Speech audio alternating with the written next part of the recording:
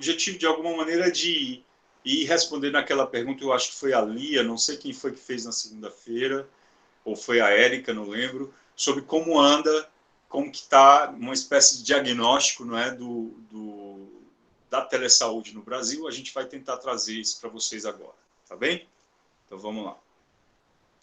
Para começo de conversa, como eu disse na segunda-feira, as pesquisas são tanto quanto incipientes. Daí o desafio e para que nós, enquanto profissionais da saúde, nas nossas diversas áreas, para que nós, gestores, responsáveis por equipamentos, foi a Érica, muito bem, equipamentos públicos e também universidades, não é? Nós alunos, seja alunos de graduação, de mestrado, de doutorado, enfim, iniciação científica, possamos, de alguma maneira, produzir material e pesquisas sobre telesaúde no Brasil, na nossa área. De repente, você faz, ao terminar essa aula hoje, faça uma pesquisa aí nas plataformas, pesquise um artigo na sua área sobre telesaúde, veja o que tem.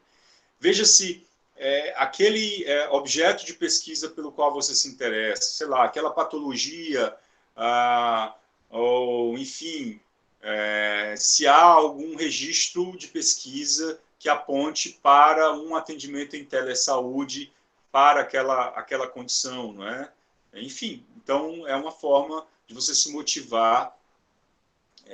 Se você não encontrar, sinal de que você está sendo convidado a produzir esse artigo. Por que não, né? Se aproprie desse lugar, já que você é um profissional que está aí na lida, na área, na prática, e mesmo que não esteja na prática, você está estudando para isso, então produza esse conhecimento. Então, porque de fato as pesquisas ainda estão a depender, algumas áreas, então nem existe nenhuma pesquisa que aponte resultados sobre telesaúde naquela área. Tem muita coisa produzida, sim, de um modo geral, mas algumas áreas ainda estão, a gente pode dizer, com pesquisas muito incipientes. Então, estudos de casos relacionados à implantação de serviços junto ao programa Saúde da Família, a gente vai ver um pouco isso aqui. A partir de 2007, com o projeto piloto, aquele que a gente falou, que antecedeu ao projeto ou ao programa Telesaúde Brasil Redes, né? Um projeto piloto de 2007. Houve a criação de novos núcleos de telesaúde aplicados à atenção básica. Lembrando, como a gente falou, o programa Telesaúde Brasil Redes, a princípio, o objetivo primeiro é a telesaúde, ou a atenção básica, não é? Com implicações para os outros níveis de atenção em saúde. E aí, especificamente, as universidades estadual do Rio de Janeiro e do Amazonas, as universidades federal do Ceará, a UFC, Federal de Goiás, de Minas Gerais, de Pernambuco, do Rio Grande do Sul, de Santa Catarina e de São Paulo, são esses espaços onde hoje existe núcleos desse programa de telesaúde e que, de algum modo, também tem produzido pesquisas a esse respeito. 900 serviços de telesaúde no Brasil atualmente, segundo o Ministério da Saúde de 2013. Certo, Érica? Começando a responder de maneira mais precisa a sua pergunta, tá bem? Então, vamos lá. O primeiro que eu quero trazer para vocês é esse Rede Nudes, que não é nudes de tecnologia, as imagens aí que se mandam, não é, pelas redes sociais, mas é um programa de telesaúde que fica lá para os municípios, fica no Pernambuco, para os municípios daquele estado, né? Inicialmente foi elaborado esse modelo lógico, daí está um recorte que eu fiz aí desse artigo, né, dessa tabela que está nesse artigo de 2015, que mostra, então, como é que foi pensado essa rede Nudes para os municípios de Pernambuco. Aí tem aí os componentes, não é? O planejamento, o desenvolvimento, desde o planejamento, a ação de desenvolver esse programa de telesaúde, como que vai ser pensado o portal. Olha, a Érica está lá no Pernambuco. Você já ouviu falar, então, desse programa ou dessa rede Nudes, Érica? Dá um retorno. Se não ouviu, está aí uma informação importante. Então, articulação, no que diz respeito ao planejamento, articulação política institucional na execução de redes. Sim, a Érica está falando do Distrito Federal. Muito bem. Aí tem A atividade, portanto, é a articulação política e institucional na execução desse programa, né? E o produto foi a reunião com os gestores. Professor, Oi, professor, oi. eu já ouvi falar assim aqui em Pernambuco. Eu moro numa cidade aqui de Pernambuco e ele tem esse sistema no Instituto Federal Ah, ok. para os alunos, entendeu? Disponível. Aham. Legal. E você é do Pernambuco, então? Não, eu sou de Fortaleza, mas eu estou morando atualmente em Pernambuco. Ah, legal. Ok. Muito bem. Então, tá aí. Aqui está um retrato desse programa aí no Pernambuco. No desenvolvimento aqui, a aquisição do mobiliário e no portal, no item portal, a atividade seria disponibilização de informações e pontos no portal, atualização das notícias da rede e ferramentas de e-mail, chat. Veja que é todo um plano de ação que visa a implantação de um serviço de telesaúde, tá bem? Tem mais informações. A telesaúde, no que diz respeito à telesaúde, não é? A discussão assíncrona e síncrona de casos pelos teleconsultores, cadastro dos casos no HealthNet, para parecer dos especialistas e realização mensal de teleconsultorias. Veja que aí, já lá, entre as cidades do Pernambuco, já está acontecendo essa coisa da teleconsultoria e da segunda opinião formativa, não é, pessoal? A teleeducação, realização de seminários temáticos, teleconsultorias, por aí vai. Então, a consulta é uma das ações para implantação dessa rede de telesaúde nos municípios de Pernambuco, que começou lá em 2009, era a consulta a esses documentos, o projeto Telemática e Telemedicina em apoio à atenção primária à saúde no Brasil, a portaria lá do Ministério da Saúde, que até então era essa de 2007, o acesso aos portais do Programa de Telesaúde Brasil e respectivos núcleos estaduais, os portais disponibilizados pelo Ministério da Saúde e os núcleos estaduais, como a gente falou na segunda-feira, há esse programa Telesaúde Brasil Redes, que é desenvolvido, é uma orientação federal e é desenvolvida tanto pelos estados quanto pelos municípios. Os demais documentos da rede NUDES, agora eu fiquei na dúvida, é NUTIS, viu, pessoal? Tem um erro aí, tá bem? É NUTIS, tem um D indevido. Os documentos, então, produzidos por cada rede.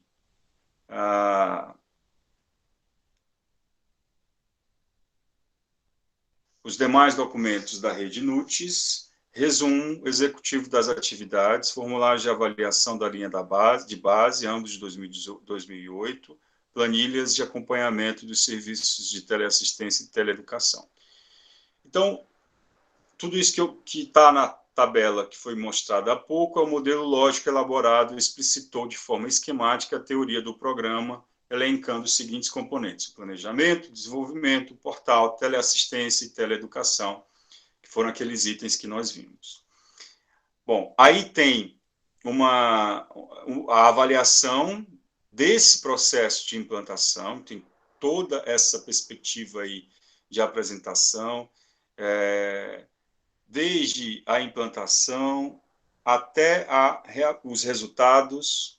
Então, primeiro se pensou no programa, elaborou uma proposta preliminar, colocou o modelo NUTES em implantação, e aí esse cronograma, então, segue para o planejamento, o desenvolvimento, o portal, todos aqueles itens que nós vimos agora há pouco. Então, essa rede NUTES, desculpem, Agora, vamos essa segunda tabela aí, não é? Observa-se que a dimensão gestora encontra-se implantada para todos os componentes da rede, enquanto os indicadores de resultado apresentam ampla variação entre os componentes. Para o planejamento, os indicadores de resultado, à exceção de um, número de convênios firmados, ultrapassa 84%. No desenvolvimento, apenas média de pontos em funcionamento ficou abaixo dos demais indicadores, o portal apresentou melhor desempenho, 100%. Agora, uma questão importante é que a teleassistência foi o pior item avaliado nesse processo de implantação da rede NUTS nos municípios de Pernambuco, com 4 indicadores alcançando percentual de 10,6% e 1 ou a 1,6%. Então, aquilo que é o primeiro objetivo seria, quer dizer, não é só o primeiro objetivo, mas é um dos objetivos relevantes, que é dar assistência ou teleassistência, o desempenho foi muito aquém do esperado, né? Quanto à teleeducação, identificou-se baixa utilização da biblioteca virtual e baixa participação nos pontos. Temos uma outra tabela aí também, que continua com essa apresentação e os indicadores que foram escolhidos como indicadores para avaliar esse processo de implantação. Adesão dos gestores, número de convênios, municípios pré-selecionados, municípios selecionados, técnicos treinados e por aí vai. No que diz respeito, então, a esses itens, esses são os resultados mostrados, então, o grau de implantação da dimensão municipal da rede de núcleos de telesaúde em Pernambuco, em 2009, está aí, então, os resultados para este processo de implantação. Alguma pergunta, alguma questão, algum detalhe chamou a atenção de vocês nesse primeiro relato de experiência, que é dos municípios de Pernambuco em 2009? Alguém?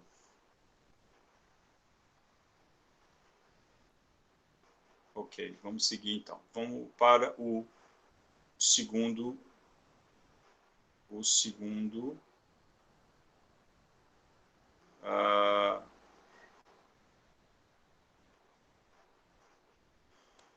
segundo relato que eu quero trazer para vocês, que está nesse trabalho, que é bem recente, que é desse ano de 2020, né? Diz respeito à pandemia e à implementação de telefonoaudiologia para pacientes em domicílio. Eu achei esse relato de experiência muito interessante, por isso que eu fiz questão de trazer para vocês. Trabalho realizado pela Universidade Federal do Rio Grande do Sul, pelo curso de fonoaudiologia, através do programa de pós-graduação em epidemiologia da Universidade Federal do Rio Grande do Sul. Essa rede NUTS, vamos ver quem foi que fez a pergunta aqui. Essa rede NUTS, ela foi implantada em todo o estado do Ceará? Não, essa rede diz respeito ao estado de Pernambuco, viu, Verônica? Estado do Pernambuco. Foi implantada no estado do Pernambuco, a partir de 2009, ok? Vamos ver, então, aqui esse exemplo do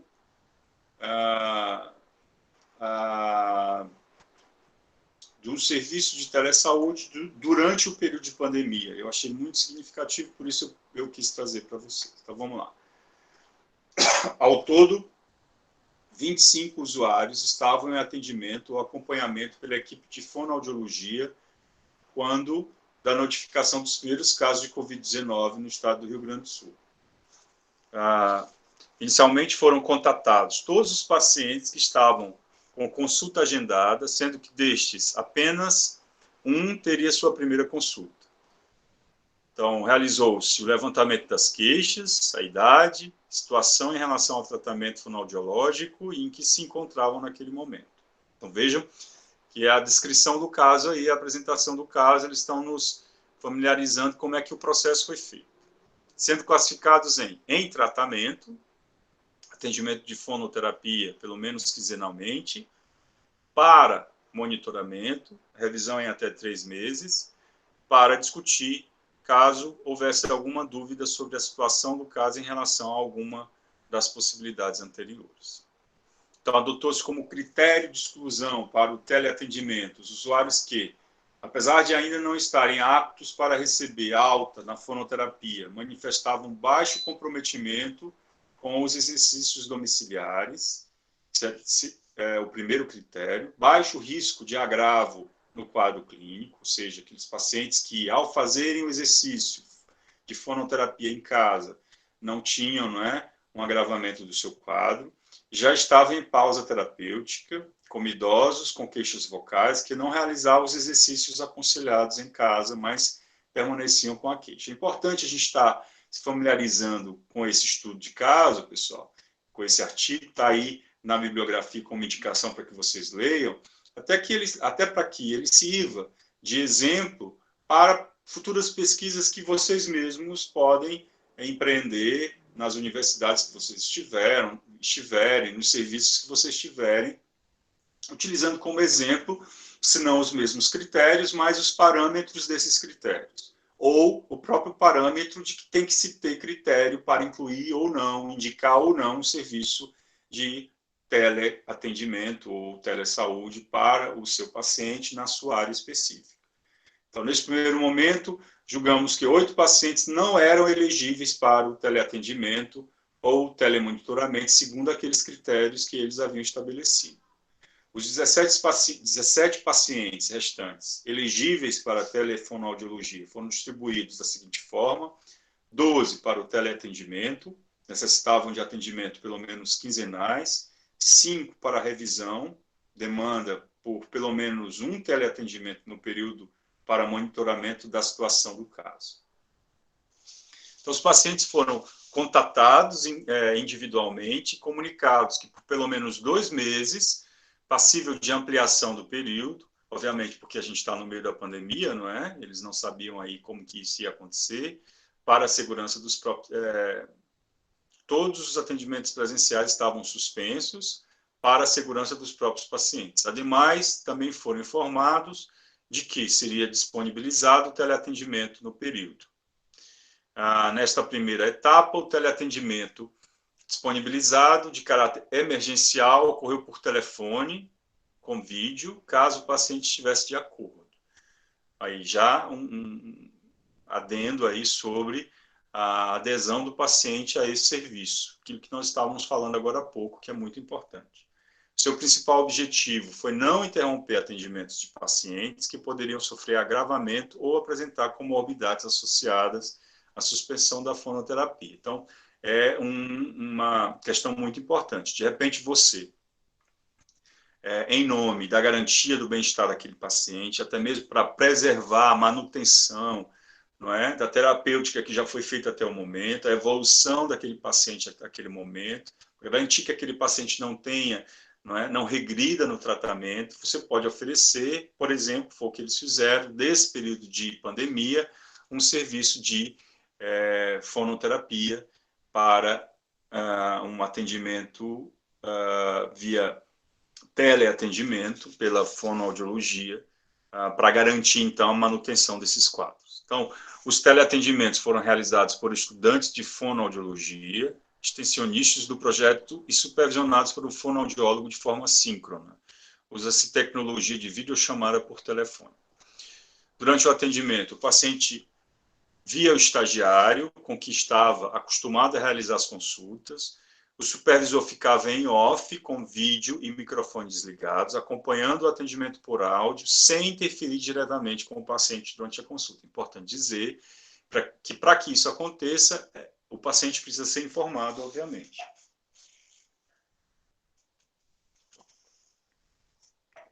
Atendimento presencial, as consultas de fonoterapia na unidade básica de saúde costumam durar, em média, 30 minutos, e nesse teleatendimento durou entre 20 a 60 minutos, dependendo do tipo de caso.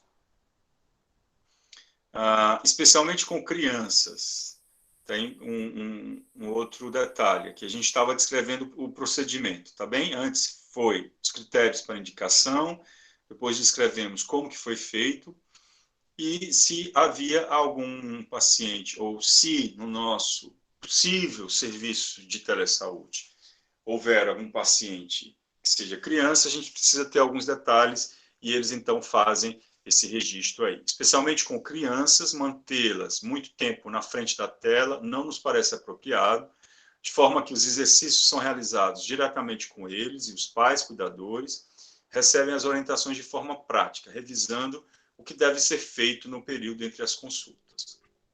Então, criança e os pais recebem uma orientação para que possam depois também continuar com o exercício junto com aquele paciente, que no caso é uma criança.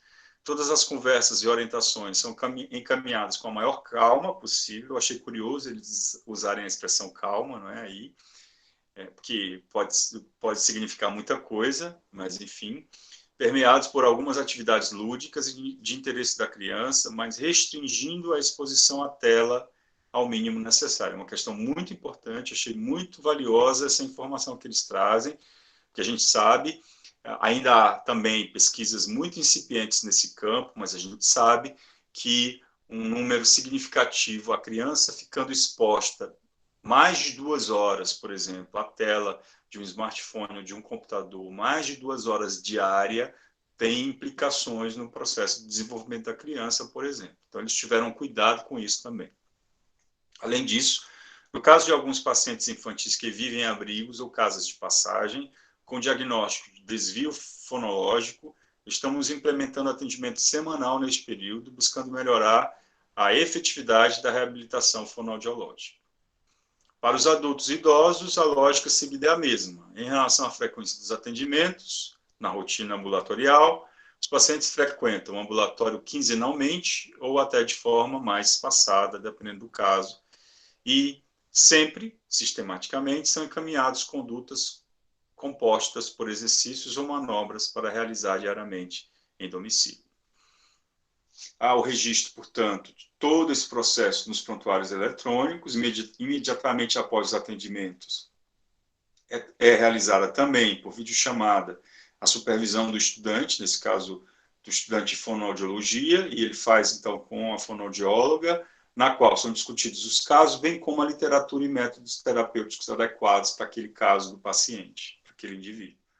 Como os estagiários não têm acesso ao prontuário eletrônico, as evoluções são realizadas em um documento eletrônico compartilhado entre a equipe, no qual o estagiário redige a evolução e o fonoaudiólogo responsável, então, revê aquela evolução, aquela redação do estudante. Posteriormente, então, são colocados pela professora responsável pelo projeto no prontuário eletrônico. Nesta experiência, o teleatendimento para a fonoterapia se mostrou uma ferramenta satisfatória para superar as adversidades impostas pela pandemia da Covid-19, em termos de reorganização do serviço de saúde. O estudo realizado nos Estados Unidos mostra que a tecnologia é uma forte aliada no atendimento em saúde. Haja vista esse estudo e outros que foram feitos durante a pandemia, a nossa própria experiência com a psicoterapia online também testemunha isso, né? Estudos mostram que para que os pacientes se sintam seguros na adesão da nova modalidade de atendimento, a comunicação é um componente fundamental deste. Estávamos falando agora há pouco sobre isso, que é imprescindível. Quando nós discutimos lá a psicoterapia online, falamos sobre isso, não é? Mas não só na psicoterapia online, vocês estão vendo agora aqui no campo da fonoaudiologia, isso sendo dito, é imprescindível que a informação sobre como o procedimento se dá, como o procedimento é feito, é importante que chegue até o paciente. O profissional precisa assumir como um dos elementos metodológicos da sua prática em telesaúde, informar o paciente como que aquilo acontece, ok? Como que uma sessão de teleatendimento se dá. A comunicação precisa ser clara, dinâmica e de fácil compreensão, pois ela pode ocasionar um distanciamento terapeuta-paciente, gerando uma não adesão à teleconsulta, por insegurança, questionamento e conflitos. Se o paciente já tem dificuldades, então, com a tecnologia, isso se agrava mais ainda, não é?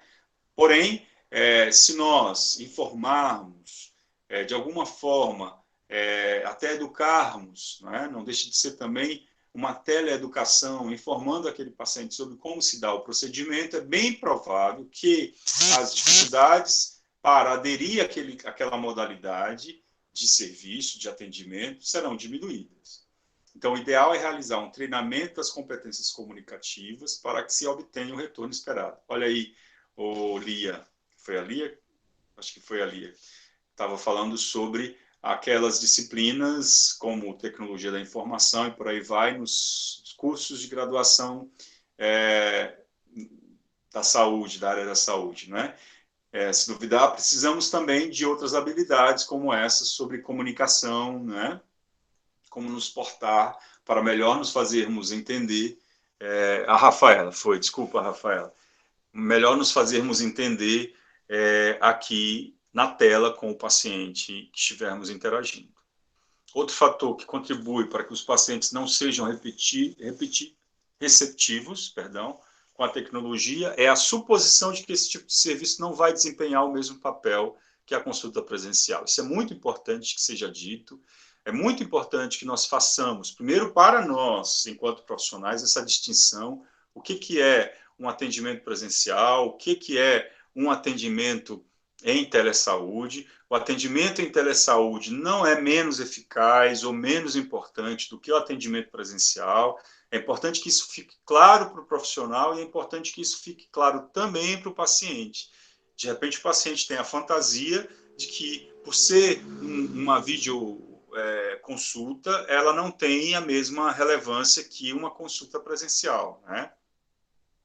Então, o que impulsiona negativamente o distanciamento, se o paciente não entender isso, ou até mesmo uma experiência ruim dessa modalidade, dificultando a desmistificação do teleatendimento. E os benefícios?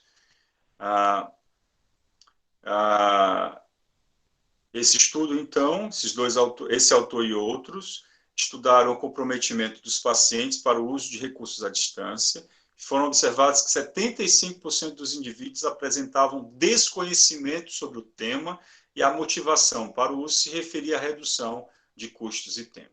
É claro que reduzir custos e reduzir tempo é um fator importante, tanto para o paciente quanto para nós, que somos profissionais da saúde, para nós que estamos, muitas vezes na linha de frente, nos expondo, né? Se podemos garantir aí essa margem de segurança, utilizando um serviço de teleatendimento, é muito mais seguro. Mas, além disso, precisamos também considerar o fator educativo, o fator informativo, comunicativo, né? Essa comunicação clara precisa chegar do outro lado da tela ao paciente. Mas, para isso, a gente precisa entender, né?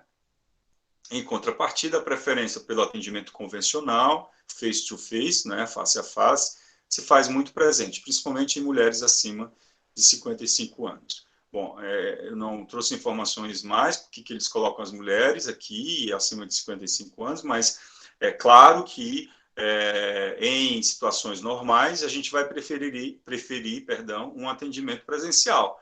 Mas, no caso da pandemia, isso não foi possível, não está sendo possível, e é bem verdade que um teleatendimento otimize, não é, algumas dimensões da nossa rotina e da nossa vida quando nós não estivermos mais nessa pandemia. Esperemos que seja o mais rápido possível.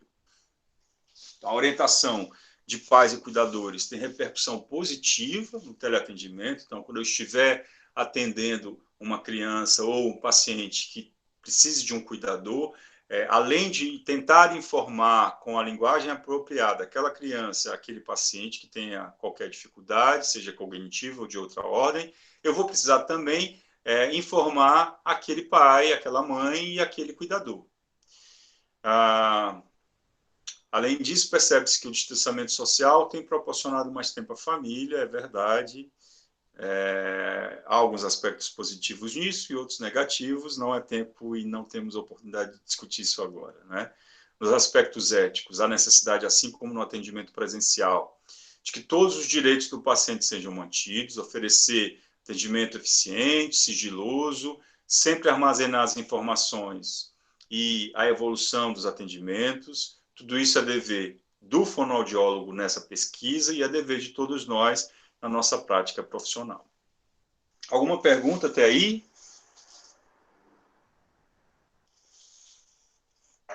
comentário. Estamos já chegando ao final, vou abrir um espaçozinho para que, se vocês quiserem fazer perguntas, já já a gente tenha essa opção. Valeu, valeu, Lia, valeu, Rafaela, Verônica, Érica, muito bem. Então, vamos continuar aqui. São só as meninas aí. Também me fala sobre a comunicação. Deixa eu voltar aqui. A Verônica dizendo, também fala sobre a comunicação, conversar com o paciente nas filas dos postos de saúde. Será que isso é importante? Claro, sem dúvida nenhuma, não é, Verônica? Muito importante, né? Se duvidar, bom, esse é um dos objetivos previstos da telesaúde, que é diminuir as filas. Se a gente conseguir, de algum modo, alcançar essas pessoas, nós, como profissionais de saúde, e também como usuários dos serviços públicos de saúde, e também conseguimos alcançar o maior número de pessoas possíveis, levando informações sobre quais serviços de saúde estão sendo disponibilizados via teleatendimento. Exatamente.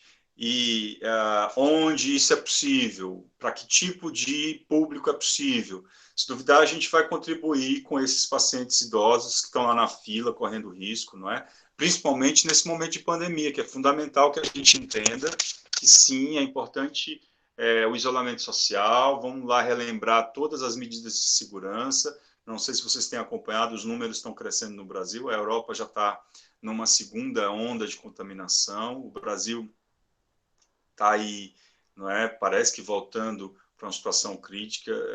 Pelo que eu vi ontem, hoje eu não vi, mas o que eu vi ontem, o Ceará, que estava numa situação mais ou menos favorável, não sei se continua. Então, a gente precisa garantir as regras de segurança, usar máscara, evitar aglomerações, né? Evitar o máximo estar em situações onde haja risco de contaminação e ficar em casa, né, pessoal? Dentro daquilo que for possível. Obviamente que nem sempre é possível, mas dentro do que for possível. A Verônica está dizendo, eles precisam ser comunicados como funciona. Exatamente, é exatamente isso, Verônica. Você disse muito bem.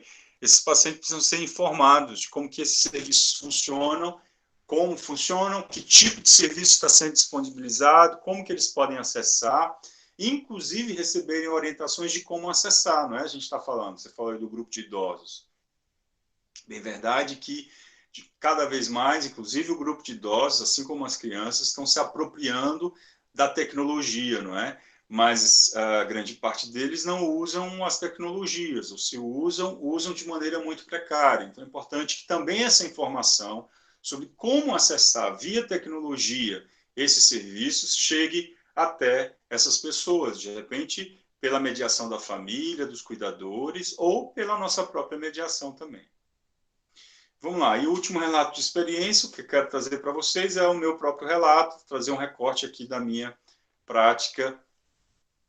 E a primeira questão que eu quero trazer é onde está o corpo na virtualidade. Esse é um texto que eu estou escrevendo, na verdade enviei, é um artigo que já está pronto, enviei para a revista, espero que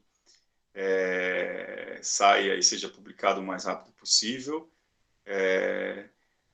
E, na verdade, antes de ser publicado nessa revista, tem um trecho desse texto que eu apresentei no Congresso, no encontro do grupo de estudos sobre o Sartre da Universidade Estadual do Ceará. Então, está em forma de vídeo no meu canal no YouTube.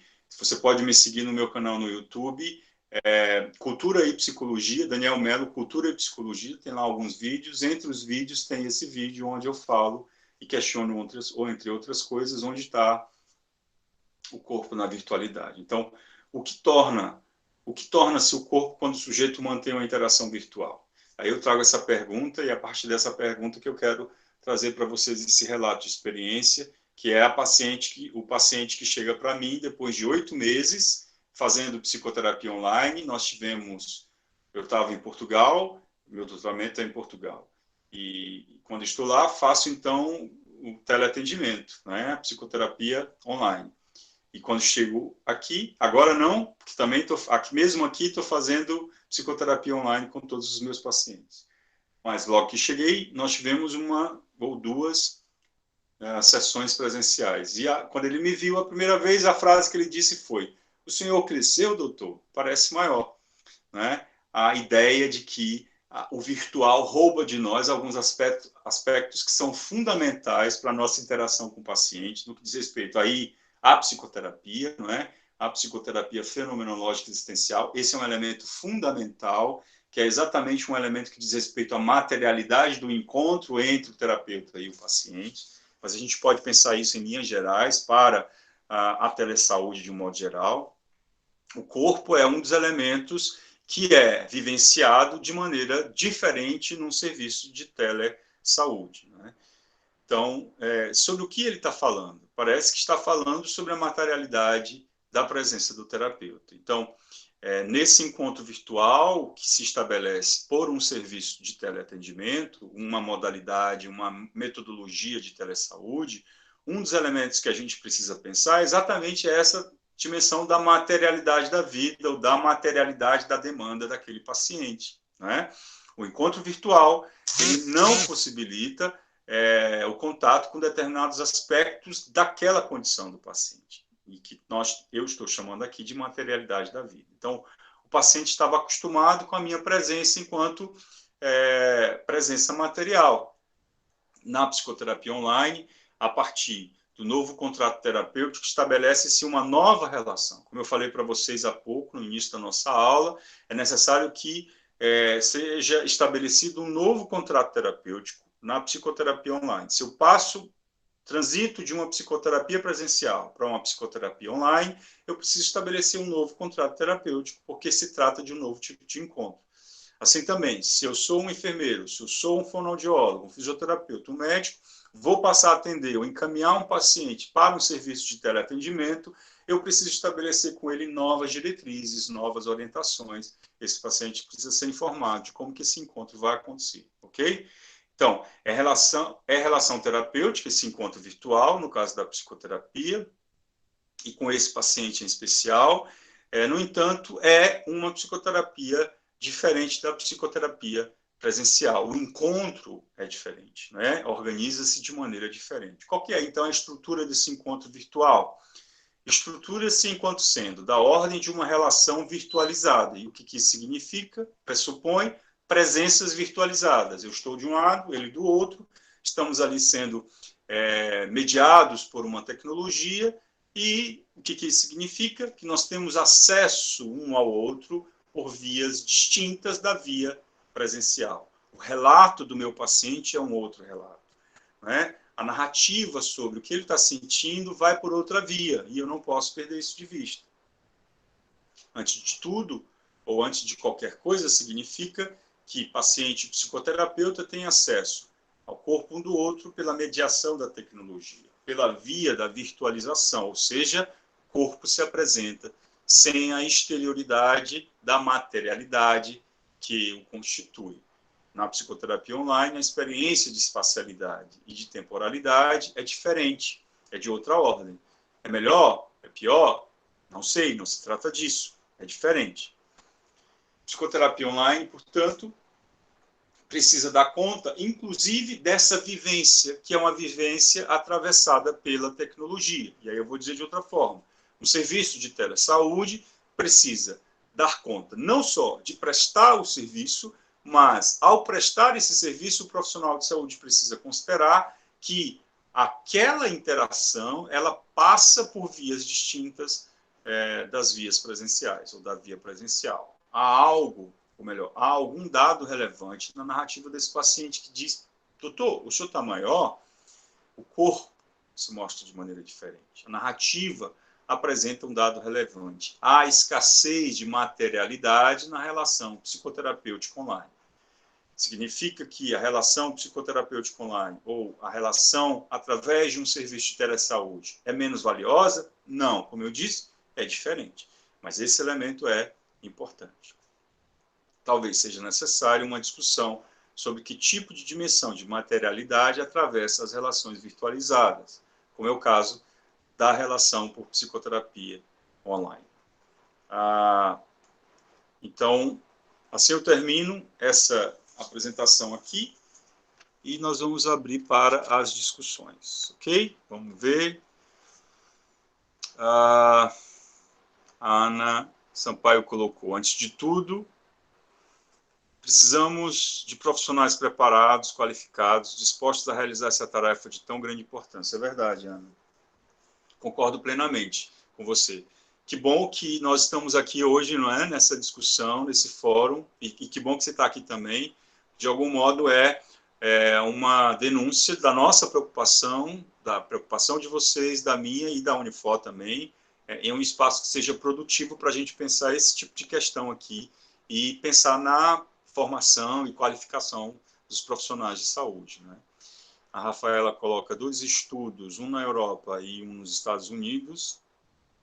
Enfermeiros utilizam a telesaúde para acompanhar os pacientes com hipertensão após a consulta com o médico. O paciente é informado sobre esse acompanhamento virtual. Pacientes iletrados têm atenção especial, assim como os com deficiências visual, auditiva e cognitiva. Muito bom. Depois, se você puder até compartilhar esse estudo, não é? Esses 2 estudos, mas de repente pode até mandar o nome aí, o título, e os colegas, as colegas podem depois achar, acho que encontram facilmente, não é isso? Na internet, porque devem ser estudos bem interessantes também. Alguém mais quer fazer algum comentário, pessoal?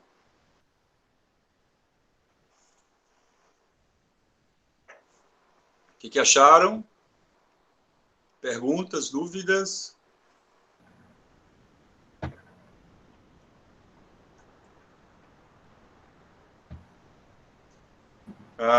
Se o paciente precisar de uma consulta física, fica muito mais difícil saber o diagnóstico. É isso?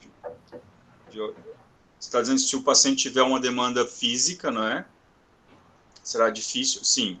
Algumas demandas, como a gente estava falando, é necessário haver uma triagem, não é? Quem é que é indicado para o teleatendimento, que tipo de demanda pode ser atendida pelo teleatendimento, o que o profissional pode e não pode disponibilizar, né? Aí vai depender da área, da especialidade, não é? Mas, de fato, se há uma demanda de ordem fisiológica, né, que precisa de uma intervenção fisiológica, algumas coisas são possíveis e outras não, pelo teleatendimento. Sim, tem muitos, Rafaela, é verdade. A Rafaela está dizendo que tem muitos estudos, é verdade. Sobre o material, sim, será disponibilizado. O Bruno está dizendo, excelente o tema do curso. Ok, obrigado, Bruno. Parabéns a todos nós, não é, que construímos isso juntos. Obrigado, a Lia está dizendo aula muito boa, obrigado.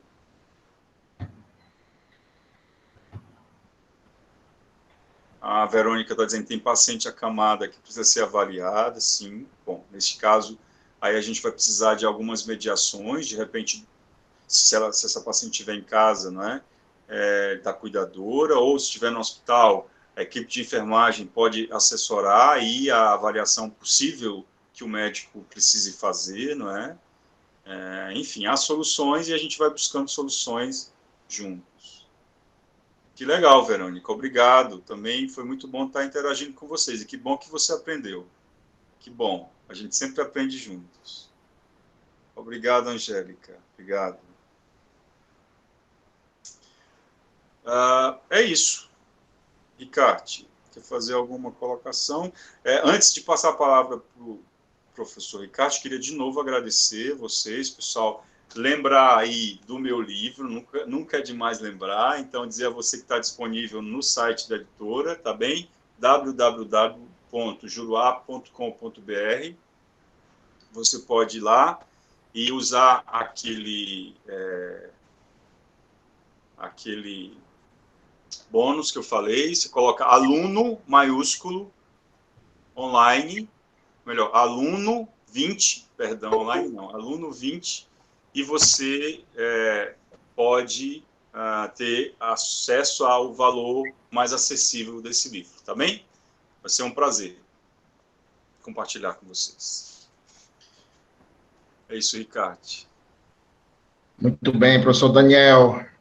No instante o tempo passa, né? Quando o assunto ele é Ele é realmente muito interessante, mas ficam aí alguns aprendizados, mas também algumas questões que podem ser futuramente aí discutidas pelos nossos participantes, né? Então, fazendo aqui um encerramento, né? Mais uma vez, gostaria de agradecer a todos que estiveram aqui conosco. É um prazer, né, nós da Unifor proporcionar momentos como esse, trazer o professor Daniel, um nome muito conceituado nessa área aí, né, que a gente está vendo aí, né, na parte de telesaúde, teleatendimento. Então, eu quero deixar mais uma vez o convite a todos vocês a conhecerem melhor os nossos cursos, as nossas propostas pedagógicas, né, os cursos de curta duração. Temos, com certeza, um curso que vai se encaixar aí na sua necessidade. Temos professores aí de primeira qualidade, a Unifor, como sempre, trazendo, né, tudo o que há de mais recente, moderno, em todos os campos da ciência. Então, professor, eu gostaria de mais uma vez agradecer, né, pela oportunidade de estar aqui compartilhando esses conhecimentos tão importantes, né, e também a todos aqui que estiveram, né, até agora aqui conosco, e fiquem atentos para as próximas novidades, né, que nós vamos estar sempre compartilhando aí nas nossas redes sociais, no site, tá bom? Tenham todos uma boa noite, um ótimo resto de semana e até a próxima. Até Tchau, a próxima. pessoal. Obrigado, Ricardo. Até a próxima, pessoal. Vamos estar com vocês. Nos vemos. Boa noite.